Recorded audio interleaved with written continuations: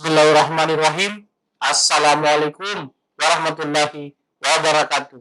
Waalaikumsalam warahmatullahi wabarakatuh. Dan salam sejahtera buat seluruh sahabat dan sobat IPISO dimanapun Anda berada.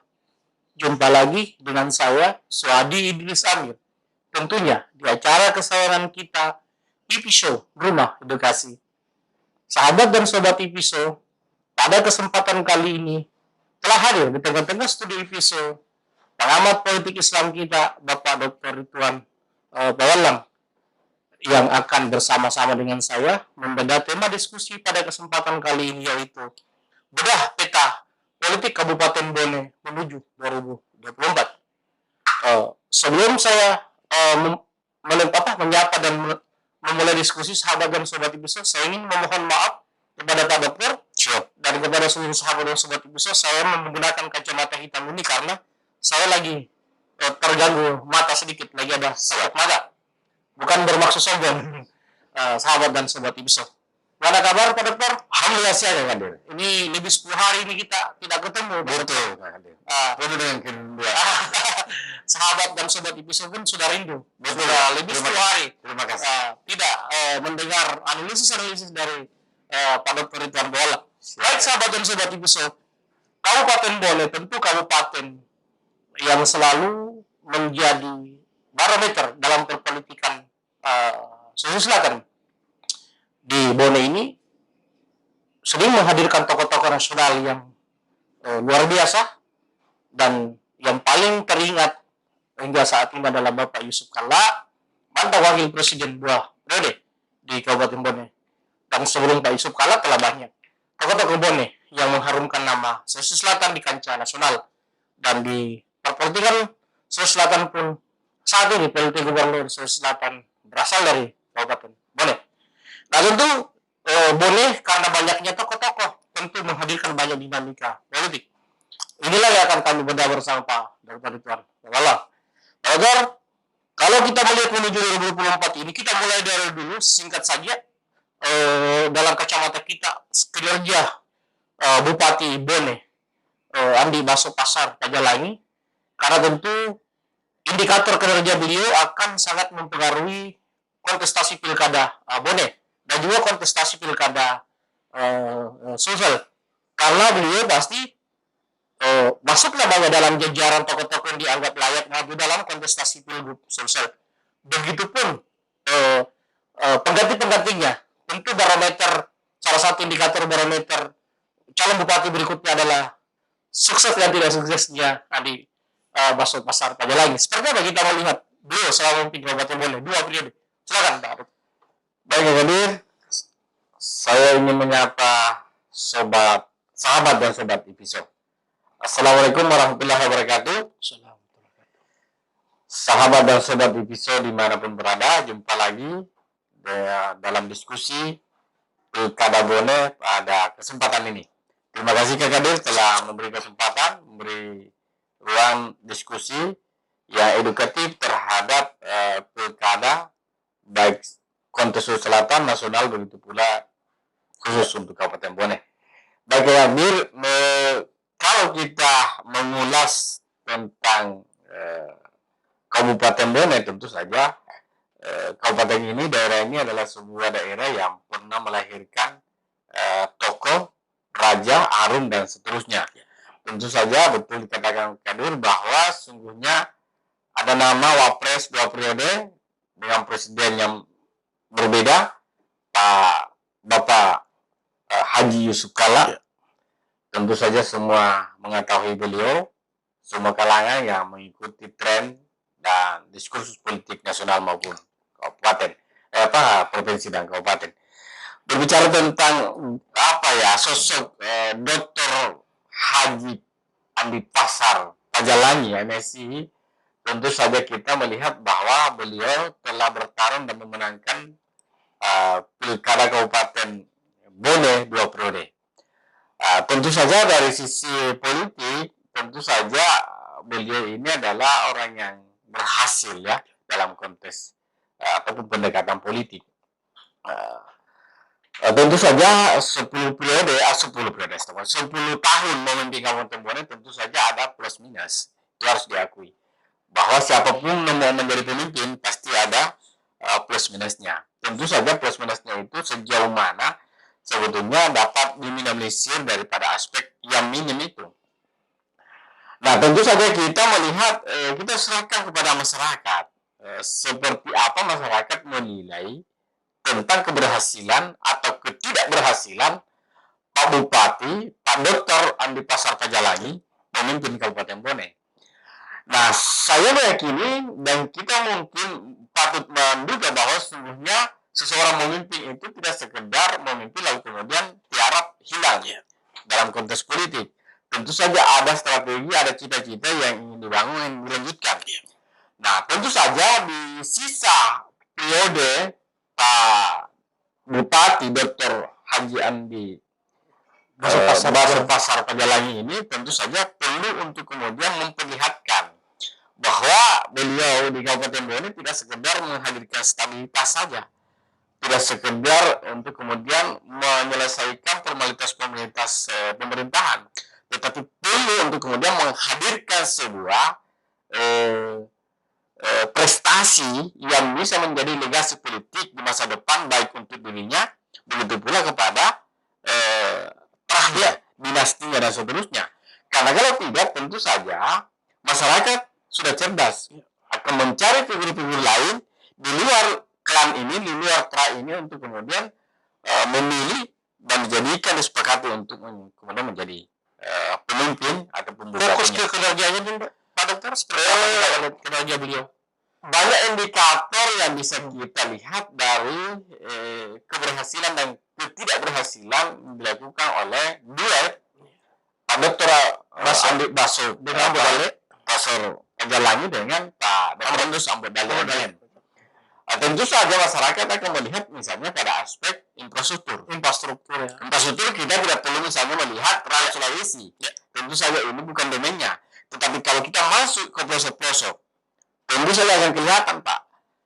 Tidak bisa dipungkiri, saya ingin sampaikan pada kesempatan ini kepada Bapak Bupati dan Wakil Bupati, tentu saja kita berharap di Bone itu cukuplah sawah itu menjadi tempat bercocok tanam sawah. Jangan lagi jalanan itu menjadi tempat bergenanya air dan bisa kita untuk kemudian menanam tanaman. Kan gitu kan. Dan ini ada beberapa fakta, khususnya di utara yang saya sampaikan kepada Bapak Bupati dan Wakil Bupati, tolonglah diperhatikan itu. Dan tentu saja kalau kita misalnya berkeliling di Kabupaten Bone, di pelosok-pelosoknya, di jalan-jalan trans desa, tentu akan kelihatan hal yang sama, Pak. Ini dari aspek infrastruktur. Dari aspek pertanian saya pikir Bone ini luasnya dari ujung selatan Kabupaten Bone dan ujung ujung barat dan ujung utara Kabupaten Maros dan Kabupaten Wajo, tentu saja potensi luar biasa. Nah, sekarang pertanyaannya sejauh mana sudah dikelola dengan bagus. Begitu pula aspek perikanannya, bentangan dari selatan ke utara luar biasa. Potensi yang dimiliki dari aspek perikanan baik tambak, begitu pula dari aspek kelautan luar biasa kalau dikelola dengan bagus. Tentu saja banyak potensi-potensial lain, UMKM-nya bagaimana, misalnya potensi anak mudanya dan seterusnya, tentu saja banyak. Tetapi saya pikir hal yang menjadi stressing dimanapun kita di Republik ini adalah aspek infrastruktur. Kalau itu bagus, tentu saja itu akan mendorong mobilitas perekonomian. Betul. Mempermudah ruang gerak. Mempermudah ruang gerak masyarakat. Nah, saya pikir kemudahan akses kemudahan itu kan aspek skill kan ya. Kalau itu bisa dibangun, dan saya pikir menjadi sebuah tren yang utama barangkali di Republik ini, bahwa sesungguhnya infrastruktur khususnya jalanan itu menjadi prioritas dalam sebuah duet pemerintahan bupati dan wakil bupati. Dan kalau itu bisa dilakukan, saya pikir itu akan menjadi sebuah legasi politik, sosial dan seterusnya untuk kemudian berdampak kepada sosok politisi itu berkaitan seterusnya, begitu pula akan berdampak kepada keturunannya, terahnya dan seterusnya. Pembangunan monumental di era Andi Pasar Pajalangi ini adakah yang meningkat setelah menggantikan Idris Galigo? Tentu saja secara fisik banyak. Iya, iya. Secara fisik banyak, tetapi pada aspek mungkin pemanfaatannya ini yang belum maksimal Kak Kadir. Ya, apa kira-kira yang ada di Kabupaten Bone? Tentu saja misalnya aspek wisatanya Meningkat ya. ya ada penambahan, tetapi aspek-aspek peningkatannya luar biasa barangkali menurut amatan saya belum memperlihatkan bahwa itu akan menambah pendapatan asli daerah dari aspek destinasi wisata. Ya. Nah, ini saya pikir tentu saja yang saya sebutkan tadi bahwa pantai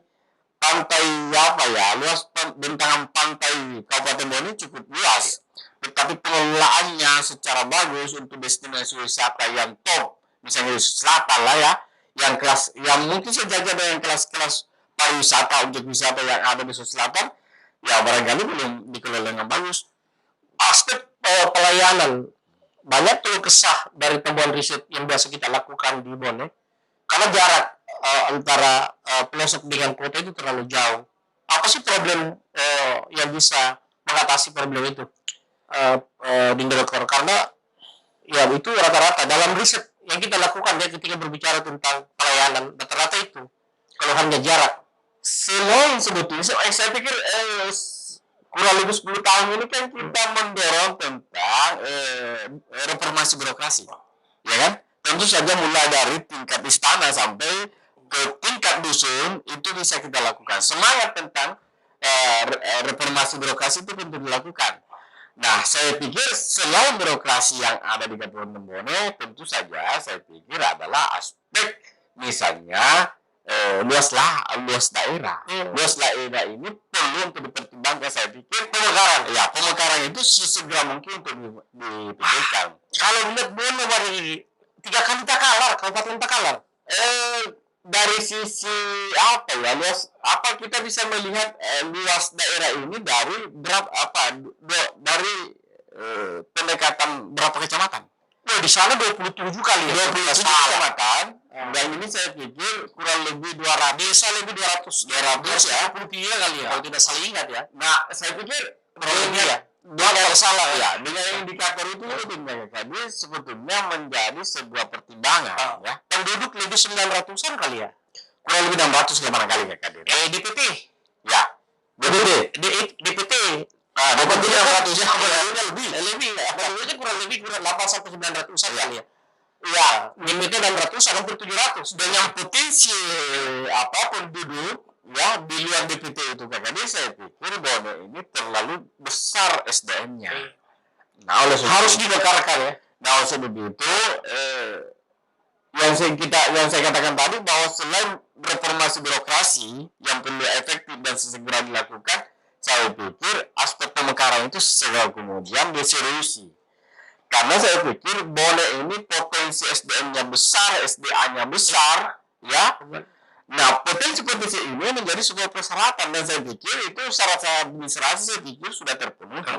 Nah, sekarang political will para elit mulai yang misalnya yang berkarir di luar Kabupaten Bone, misalnya di tingkat nasional, di provinsi dan sebagainya. Termasuk Pak Gubernur saya Putra Bone, saya pikir itu perlu dipikirkan. Maka saya pikir tugas sepuluh untuk memikirkan pemekaran Bone itu segera mungkin. Artinya apa? Bahwa para tokoh-tokoh yang di luar sukses itu perlu untuk kemudian menghadirkan empatinya, sensitivitasnya terhadap bagaimana nasib perasaan yang dialami oleh masyarakat yang tinggal di Kabupaten Bone. Dan itu bisa diserasakan. Jadi kalau misalnya di Tanah Batue, di Tanah Batue kemudian masuk ke Kabupaten Bone, itu luar biasa perjalanannya.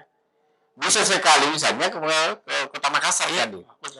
Nah, kemudian dari utara, itu kurang lebih 45 menit masuk ke Kabupaten Bone. Dari perbatasan Sinjai, Bone Selatan, ya.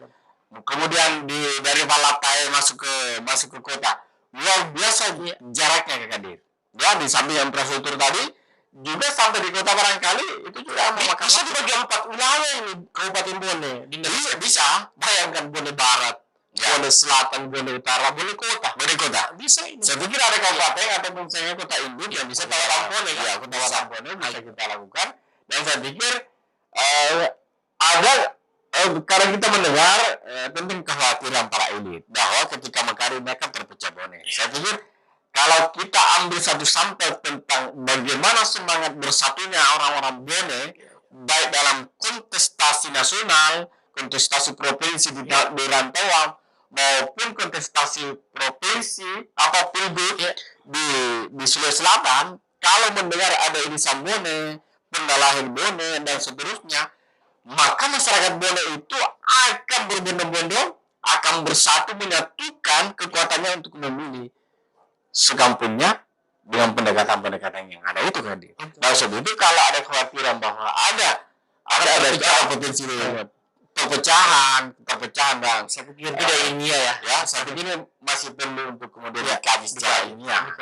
Saya kira itu cukup sementara. Baik, pembuka dan diskusi awal bersama Dinda Dr. Ridwan Dawalam, pengamat politik Islam kita dari Universitas Muhammadiyah, memulai diskusi kita, yaitu membedah kinerja Pak Bupati dengan segala plus minus yang beliau lakukan dan segala potensi yang beliau tidak mampu bendung, termasuk luas wilayah. Saya pikir siapapun jadi bupati di Bone kalau tidak pemekaran akan sulit berhasil. Betul. Dia akan sulit untuk bisa memaksimalkan kinerjanya, apalagi melakukan keadilan bagi seluruh masyarakat Bone karena luas wilayah yang begitu luas. Baik, kita lompat pada geliat politik klan Pajalangi. Kalau dalam kacamata kami di Pisau ini, keponakan, anak, saudara lagi siap-siap bersaing secara internal. Info yang berkembang, yakin Pajalangi pun tidak mau kalah sebagai adik saudara di Basar ya. Rio Pajalangi, keponakan, dan putranya sendiri anggota DPRD provinsi saat ini. Ketiga-tiganya ini dari informasi yang kami kumpulkan ingin menggantikan Andi Baso Pasar Pajalangi.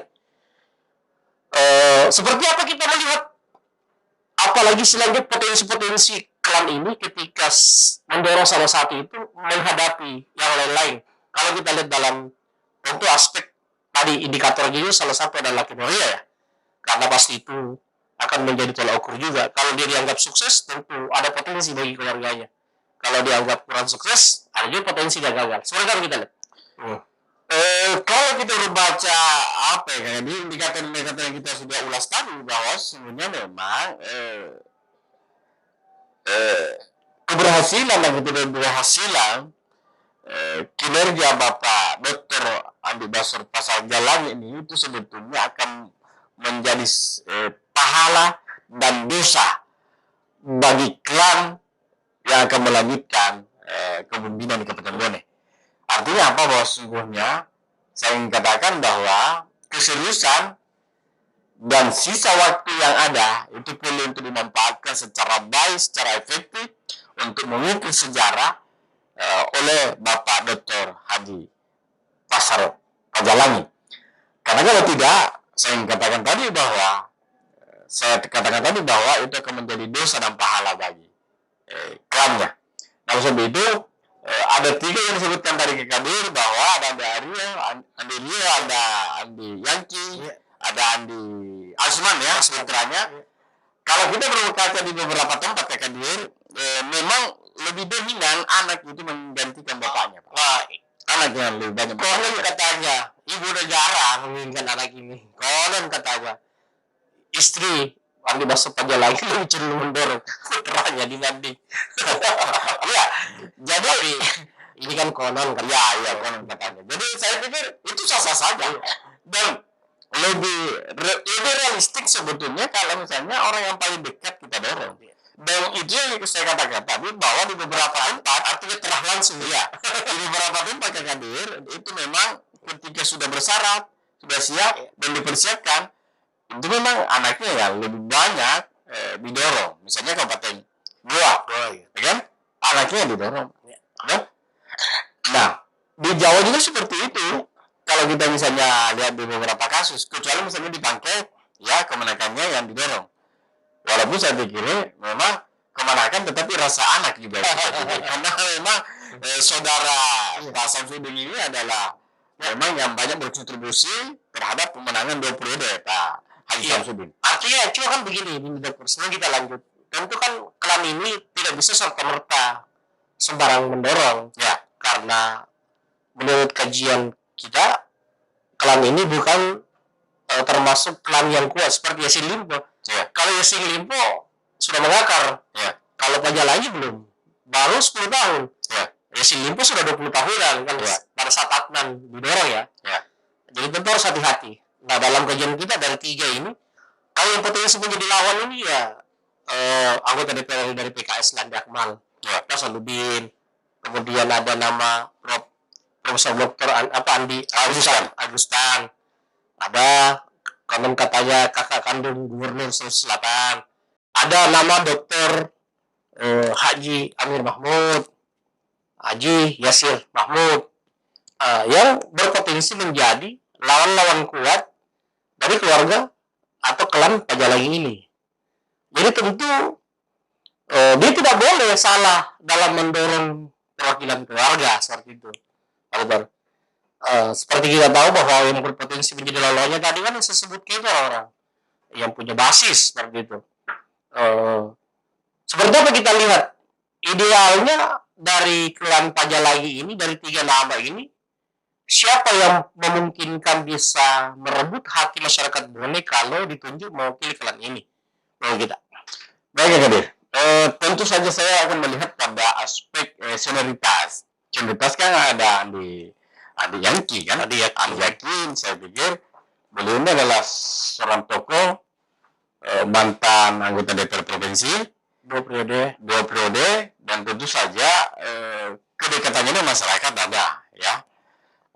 Juga saya pikir dari sisi senioritas saya pikir itu juga perlu dipertimbangkan. Yang kedua, Andi Rio, anggota DPR dari 2 periode juga, 3 periode Kadir, tentu saja cukup matang ya, cukup matang dari aspek itu. Juga di samping misalnya anaknya tadi kan Andi Asman. Tentu saja Andi Asman sekarang ini adalah anggota DPR 1 periode, anggota DPR di provinsi 1 periode. Tentu saja artinya apa begini ya Kadir, bahwa di antara tokoh-tokoh yang atau figur-figur yang muncul di internal klan ini adalah memang mereka ini berpengalaman di tingkat legislatif, belum ada yang berpengalaman di tingkat eksekutif. Nah, oleh sebab itu saya pikir bahwa memang agak keras memang pertarungan secara internal ini Kadir. Ya, betul bahwa masih muda Desman, tetapi ini adalah klan langsung, Ya, ada putra langsung. putra langsung. Ya, putra langsung. Nah, kalau peluang didorong mungkin besar peluangnya. Ya, Cuma yang masalah di Dokter kajiannya mampu menghadapi lawan klan ini. Nah, saya pikir tentu saja pertimbangan internal itu saya pikir yang saya katakan tadi bahwa agak keras memang kontestasi secara internal ya. Memang agak banyak pertimbangan apakah mampu didorong dan mampu mempertahankan dan seterusnya. Dan dari sisi sebetulnya figur-figur bakal lawan yang muncul juga ini juga adalah petarung ya. Misalnya Dr. Andi Akmal Teseluding ini adalah anggota DPR berapa ya? 3 periode barangkali ya. Andi siapa? Andi Akmal 2 periode ya. PKS provinsi 2 periode, DPR 2 periode. Betul Kadir. Artinya apa? Bahwa pengalaman sebagai anggota DPR di tingkat provinsi dan DPR ini saya pikir cukup mumpuni. Di samping itu program-program yang dibawa dan mewakili dan bagaimana respon terhadap aspirasi konstituennya, saya pikir melalui episode juga pernah saya sampaikan di tempat ini bahwa Pak Dr. Andi Akmal ini sangat dekat dengan masyarakat dan kelihatan memang perjuangan beliau sebagai anggota DPR wakil rakyat di Dapil 2 ini, khususnya misalnya di Bone Kadir. Tentu saja bahwa memang pengalamannya cukup kuat. Kemudian Pak Dr. Andi Amir Mahmud, saya pikir pengalamannya sebagai sebagai pebisnis, mantan ketua PKB dan hari ini berkait pengusaha dan akademisi hari ini, saya pikir cukup mumpuni lah untuk kemudian memang secara figuritas ketokohan saya pikir cukup kuat ya. Pak Dr. Andi Amir. Apalagi kalau paket ya, Andi Akmal paket dengan Dr. itu ini cukup kuat karena ini selatan utara, Pak. Dalam sejarah pertarungan di Kabupaten Bone Kadir, memang sih utara dan selatan itu selalu memunculkan figur kuat dan memang banyak-banyak memenangkan pertarungan. Nah, kalau misalnya muncul ini, saya pikir dan akan berhasil paket, itu saya pikir sebuah kekuatan yang saya pikir maha dahsyat, saya pikir ya. Dalam arti bahwa sungguhnya kalau nama-nama yang kita sebutkan tadi bakal calon yang akan muncul di internal klan di pasar ini, saya pikir itu luar biasa pertarungannya kan. Saya kembalikan. Baik, ada yang lebih menarik ini, Dinda, silakan. Ini tentu berbicara tentang kontestasi pilgub. Ya. Di Bone kita tahu, tadi sudah kita bahas dari awal, lumbungnya tokoh-tokoh. Bukan hanya bertaraf sosial, nasional kan gitu. Nah, di sini masyarakat Bone akan kebingungan lagi nih ke depan.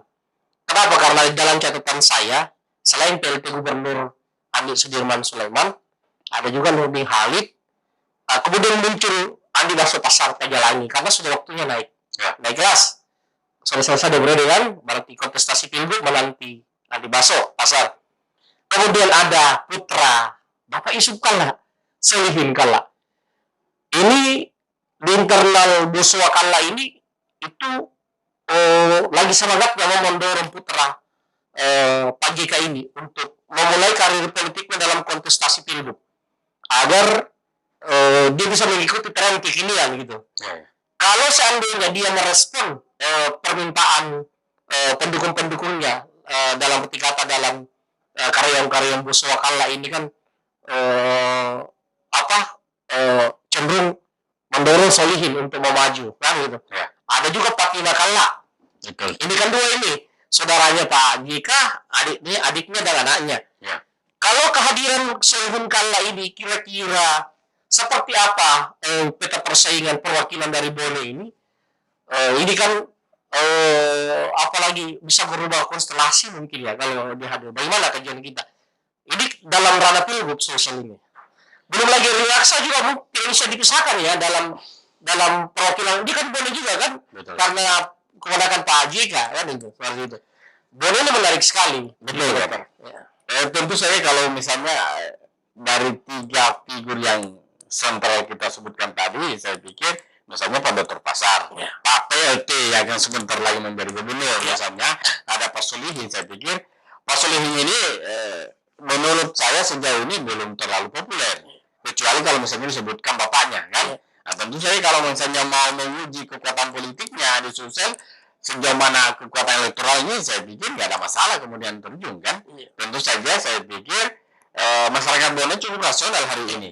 Kemana dia akan jatuhkan pilihannya untuk memilih putra Bone atau orang figur asal Bone, saya pikir itu sah saja. Tapi saya pikir figur-figur birokrat ini yang memang sudah teruji di birokrasi ya, di pertarungan politik level provinsi maupun kabupaten, saya pikir Pak PLT ya, Andi Sudirman dan Dr.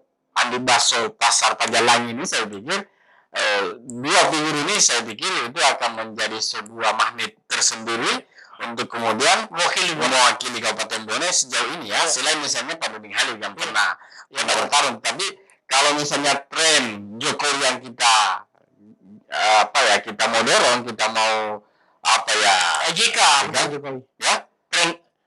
JK ya, JK maksud saya pikir cukup besar juga pengaruhnya ya Pak JK terhadap misalnya siapa yang akan dipilih atau direkomendasi oleh beliau terkait dengan pilgub 2024 ya. Karena ada 3 ini, Solihin Kalla, Fatima Kalla, dan Erwin Aksa. Ya. Cuma dari diskusi-diskusi yang berkembang ya, tentu yang melekat nama Kallanya ini yang ditunggu. Berarti ada Fatima Kalla, ada Solihin Kalla. Dan Solihin Kalla memang dari usianya masih sangat muda saat ini, yang baru di bawah 40 tahun. Ya. Saya pikir momentum dia untuk tampil dalam kontestasi nasional itu bisa dimulai dari perhelatan pilgub. Dan kalau figur ini muncul, saya pikir semakin sangat menarik ini perhelatan pilgub. Betul. Seperti itu. Kemudian yang mungkin yang perlu kita bedah peta koalisi.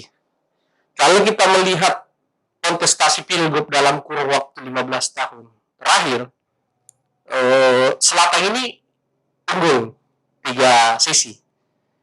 Berarti Bode ini mungkin salah koalisi ya, salah membangun peta koalisi. Mulai dari Amin Sam, Pak Amin Sam dulu, Majen perantau kita, Majen Perlawanan Amin Sam, yang mengambil figur dari utara. Kemudian di Probolinggo Pak Sarul, Ilham Arif Sirajudin pun mengambil figur dari utara. Ilham kan juga orang Bone. Ya. Sorry, Pak Ilham juga harus dimasukkan dalam kontes perwakilan Bone, karena dia putra Bone kan gitu. Pak Ilham mengambil Aziz Kahar, kalah juga dari Sahrul. Kemudian Nurdin Abdullah menggandeng Sudirman, menang. Nurdin Halid menggandeng Utara. Artinya, kalau figur-figur dari Bone ini maju sebagai 01, seperti apa dia harus membangun peta koalisi agar tidak kalah lagi? Karena Sudirman ini kan hanya pengganti kan begitu, bukan pemenang 01 dari awal. Nurdin Abdullah kan seperti itu.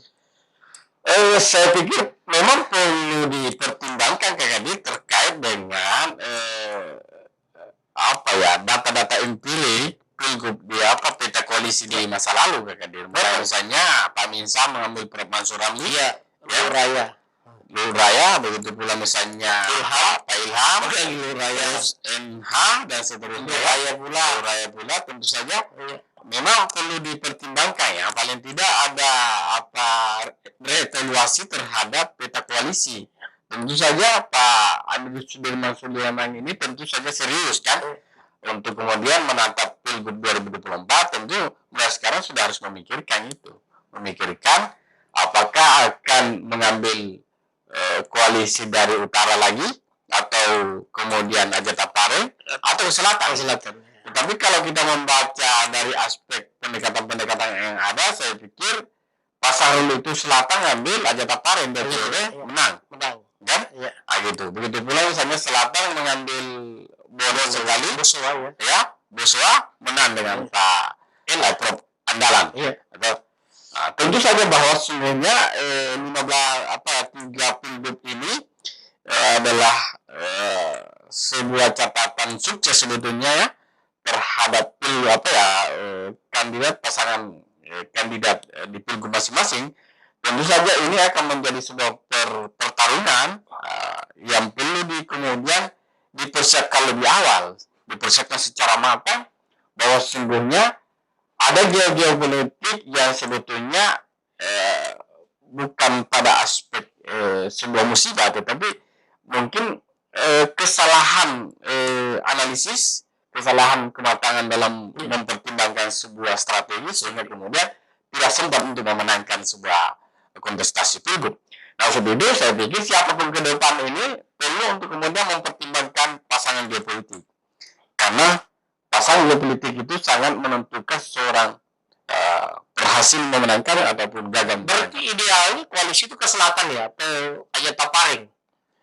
Saya pikir pertimbangan-pertimbangan yang ada, saya pikir kalau ada istilah berbalas pantun, saya pikir perlu untuk kemudian pantun itu dibalas kembali oleh Andi Sudirman atau siapapun yang kemudian bertarung di zona selatan 01 kah, itu patut untuk mempertimbangkan Boswa dan Aja Tapare, ataupun sebaliknya patut untuk kemudian mempertimbangkan kalau dia figur 01 dari Boswa, tentu mempertimbangkan daripada selatan kan.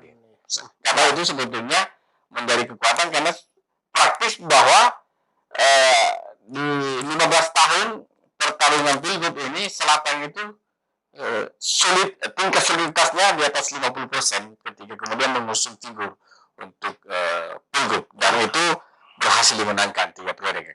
Baik, tiga sesi maksud saya, tiga sesi ya Pak. Baik, sahabat dan sobat Episo, semua pertanyaan dan bahan diskusi kami telah dijawab dengan sangat tuntas dan tentu penuh dengan edukasi dari Dinda Dr. Ridwan Tolang, pengamat politik Islam kita dari Universitas Muhammadiyah. Baik, terima kasih Dinda. Silakan. Sampai jumpa lagi. Silakan. kita akan membahas tema-tema berikutnya lagi, sahabat dan sobat Episo bersama Dr. Ridwan Bawala, pengamat politik Islam kita. Assalamualaikum warahmatullahi wabarakatuh. Waalaikumsalam warahmatullahi wabarakatuh.